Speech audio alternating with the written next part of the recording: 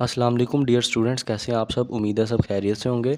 तो स्टूडेंट, मैं आज के लेक्चर में आप लोगों को ये बताऊंगा कि सिग्निफिकेंट फिगर्स को किस तरह फाइंड किया जाता है। कोई भी वैल्यू हमें दी हो तो और हमें कहा जाए कि इसके अंदर आपने सिग्निफिकेंट फिगर्स की तादाद फाइंड करनी है या सिग्निफिकेंट फिगर्स के बारे में बताना है कौन कौन से हैं, तो वो आप कैसे फाइंड कर सकते हैं। तो उनको फाइंड करने के जो जो रूल्स होते हैं, इसके अलावा एडिशन, सब्ट्रैक्शन, मल्टीप्लिकेशन और डिवीजन में किस तरह इनको यूज़ किया जाता है, वो सारा कुछ आज की वीडियो में आप देख सकेंगे।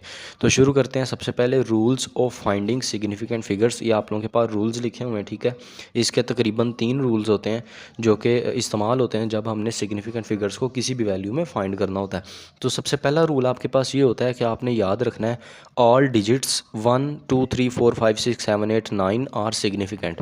ये 1 से लेकर 9 तक ये तमाम जो नंबर्स होते हैं, ये तमाम जो डिजिट्स हैं, ये क्या हैं, सिग्निफिकेंट होते हैं, ठीक है। ये ऑटोमेटिकली सिग्निफिकेंट ही हैं।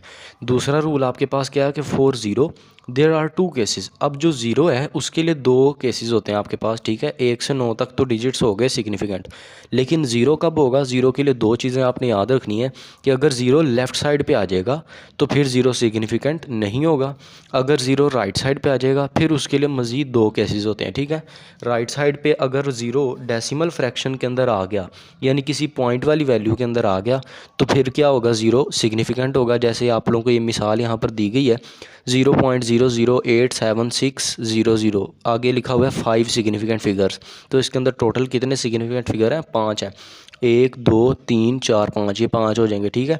ज़ीरो राइट साइड पे आ गए, डेसिमल है, पॉइंट वाली वैल्यू है, इसीलिए राइट वाले ज़ीरो को हम सिग्निफिकेंट शुमार करेंगे। और 8 7 और 6 ये तो सिग्निफिकेंट हैं, क्योंकि हमने कहा है कि 1 से लेकर 9 तक तमाम नंबर्स क्या होते हैं, वो ऑटोमेटिकली सिग्निफिकेंट ही होते हैं। और जो लेफ़्ट पर ज़ीरो हैं वो सिग्निफिकेंट नहीं होंगे जब हम डेसिमल की बात करेंगे, जब पॉइंट वाली वैल्यू की बात करेंगे।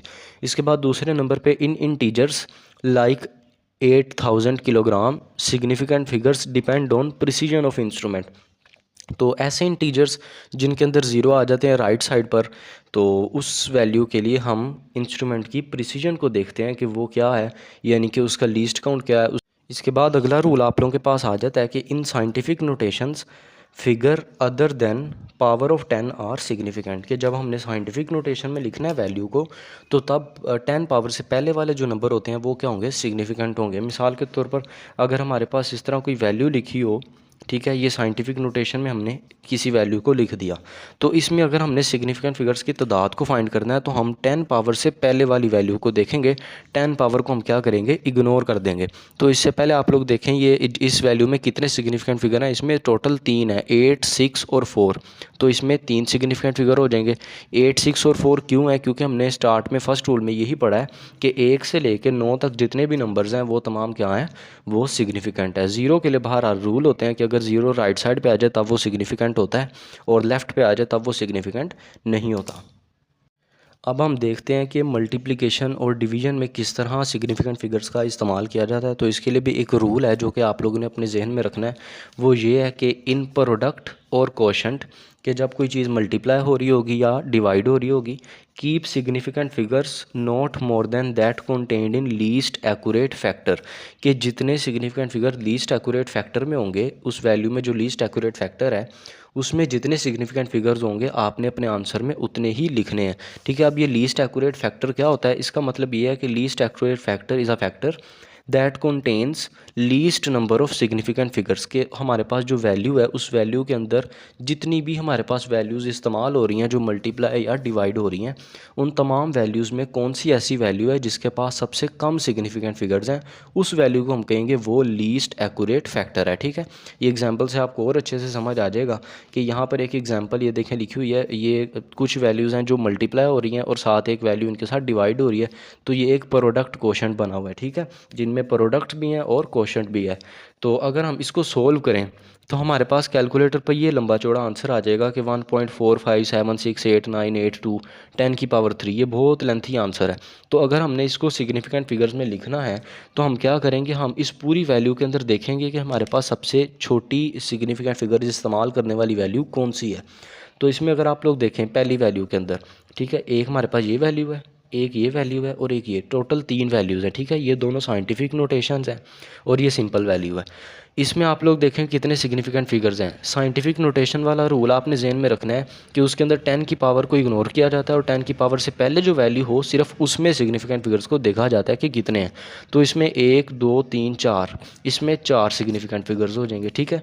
क्योंकि ये चारों ही 1 से लेकर 9 के दरमियान नंबर्स हैं तो वो तमाम सिग्निफिकेंट ही होते हैं, इसीलिए ये 4 हो जाएंगे इस वैल्यू में। अगली वैल्यू में आप देखेंगे कि 10 की पावर से पहले वाली वैल्यू में 1 2 3 टोटल 3 सिग्निफिकेंट फिगर्स हो जाएंगे, ठीक है। ये भी तीनों 1 से 9 के दरमियान आते हैं, इसीलिए ये भी सिग्निफिकेंट हो जाएंगे। इसके बाद जो लास्ट वैल्यू है जो सिंपल है, जो डिवाइड हो रही है, उसमें 1 2 3 4, उसमें टोटल कितने हैं, 4 सिग्निफिकेंट फिगर्स हैं, ठीक है। तो अब इन तमाम तीनों वैल्यूज़ के अंदर जो सबसे छोटे, जिसके अंदर सिग्निफिकेंट सबसे कम सिग्निफिकेंट फिगर्स थे, वो आप लोगों ने आंसर में उतने ही लिखने हैं, ठीक है। तो अब इस वैल्यू को भी आपने 3 सिग्निफिकेंट फिगर तक ही लिख देना है, ठीक है। 1.45, तो इसमें हमारे पास 1 2 3 टोटल 3 सिग्निफिकेंट फिगर्स हो गए। और 10 की पावर तो हम देखते ही नहीं है, ज़ाहिर सी बात है, साइंटिफिक नोटेशन में वो इसी तरह ही आ जाएगी। तो इस तरह आप लोग मल्टीप्लिकेशन और डिवीजन में देख सकते हैं। इसके बाद आप लोगों के पास आ जाती है एडिशन और सब्ट्रैक्शन। तो एडिशन और सब्ट्रैक्शन में आप लोगों ने ये रूल्स इनके अंदर रखना होता है कि number of decimal places retained in the answer should be equal to smallest number of decimal places in any of quantities being added और सब्ट्रैक्टेड।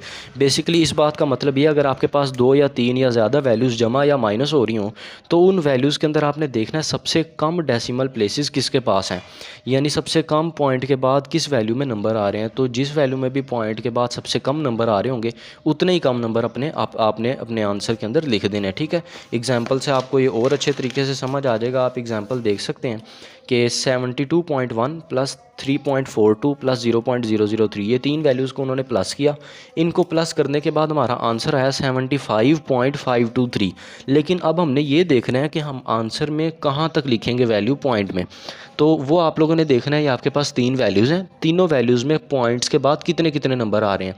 तो पहली वैल्यू में पॉइंट के बाद 1 नंबर है, दूसरी वैल्यू में पॉइंट के बाद 2 नंबर हैं, तीसरी वैल्यू में पॉइंट के बाद 3 नंबर है, 1 2 3, ठीक है। तो जिस वैल्यू में सबसे कम नंबर है इसमें, तो इसके अंदर पॉइंट के बाद 1 नंबर है, तो आपने अपने आंसर में भी सबसे कम ही लिखना है, पॉइंट के बाद 1 नंबर ही, यानी स्मॉलेस्ट तक लिख देना है, ठीक है। तो इसका जो हमारा आंसर आएगा वो आएगा 75.523 को हम इग्नोर कर देंगे तो ये आंसर आ जाएगा, ठीक है, जो कि इसके साथ मैच कर रहा है। तो इस तरह आप लोग इसे एडिशन और सब्ट्रैक्शन में भी लिख सकते हैं।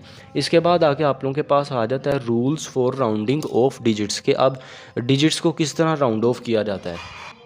तो सबसे पहला रूल है आप लोगों के पास, आपने याद रखना है, if digit less than 5 then unchanged, कि अगर आपके पास आखिरी जिस डिजिट के ऊपर आपने एरो लगाना है वो डिजिट 5 से कम आ गया तो फिर आपने पिछले डिजिट्स में कोई भी चेंजिंग नहीं करनी। मिसाल के तौर पर इसको आसानी के लिए एग्जांपल से समझते हैं। पहली एग्जांपल है आपके पास 1.45678121, तो इसको आपने 6 सिग्निफिकेंट फिगर्स तक राउंड ऑफ करना है, ठीक है। जितनी भी वैल्यू तक हमने राउंड ऑफ करना होता है वो आगे हमें ब्रैकेट के अंदर दी जाती है, वो उसे कहते हैं डिग्री ऑफ एक्यूरेसी, ठीक है। डिग्री ऑफ एक्यूरेसी से कहा जाता है। तो हमने इस वैल्यू को 6 सिग्निफिकेंट फिगर्स तक राउंड ऑफ करना है। तो सबसे पहले आपने देखना है आपको कितने उसके अंदर दिए गए हैं, 6 दिए गए हैं, तो आपने इस वैल्यू में पहले 6 सिग्निफिकेंट फिगर्स को फिक्स कर देना, उन्हें चेंज नहीं करना।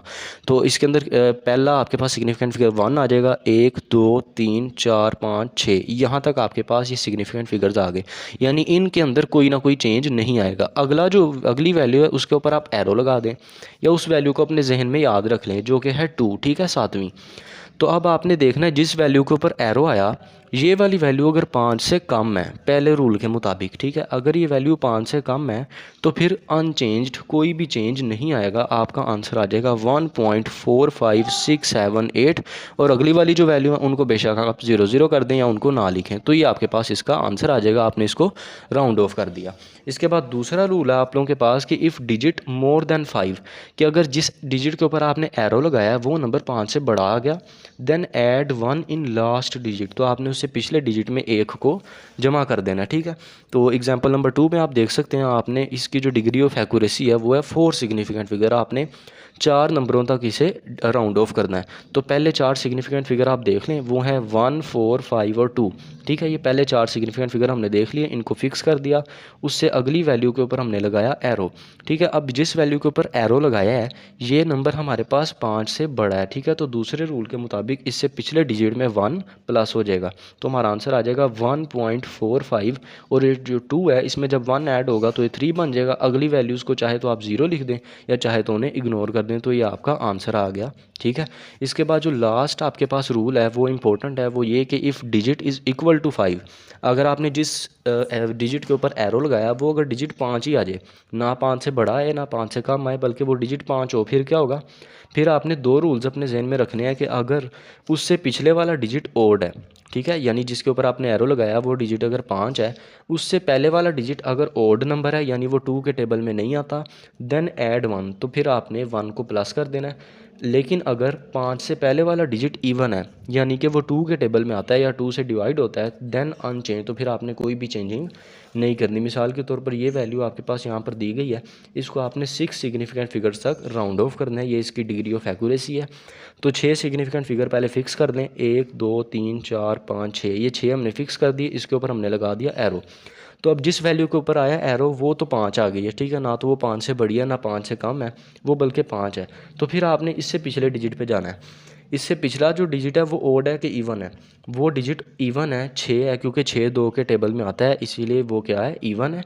तो फिर आपने क्या करना है, आपने कोई भी चेंजिंग नहीं करनी, आपने वैल्यू को लिखना है 1.4525 आप लोगों ने लिख देना, और अगले नंबर्स को आप चाहे तो 0 बना दें या चाहे तो इग्नोर कर दें। लेकिन बिलफर्ज अगर 5 से पहले 6 ना होता, 5 से पहले आप लोगों के पास होता 257 होता, ठीक है, यानी कि आपके पास कोई ओड नंबर होता, तो फिर आप क्या करते? फिर आप लोगों ने ऐसा करना था 1.4525, अब आपने पिछले डिजिट में 1 प्लस कर देना था और अगला नंबर 0 बना देना था। ठीक है, ये रूल्स के अकॉर्डिंग। तो इस तरह आप लोग नंबर्स को राउंड ऑफ कर सकते हैं, ठीक है, डिग्री ऑफ एक्यूरेसी तक, जो उनके सिग्निफिकेंट फिगर्स हैं वहाँ तक। ये इंपॉर्टेंट लेक्चर था आज का, जो कि अगले आने वाले लेक्चर्स के अंदर काफ़ी ज़्यादा इस्तेमाल भी होगा, स्पेशली नेक्स्ट लेक्चर में इसका काफ़ी यूज़ होगा। इसके अलावा जब हम न्यूमेरिकल्स वगैरह करेंगे तब भी इसका काफ़ी ज़्यादा इस्तेमाल होगा। तो इस लेक्चर को अच्छे से समझें, इसकी प्रैक्टिस करें, बुक में साइड बॉक्स पर आपको एग्जांपल्स दी गई हैं, उनको खुद से भी सॉल्व करें। तो मिलते हैं आपसे कल अगले लेक्चर में, तब तक के लिए अपना ख्याल रखिएगा। अल्लाह हाफिज़।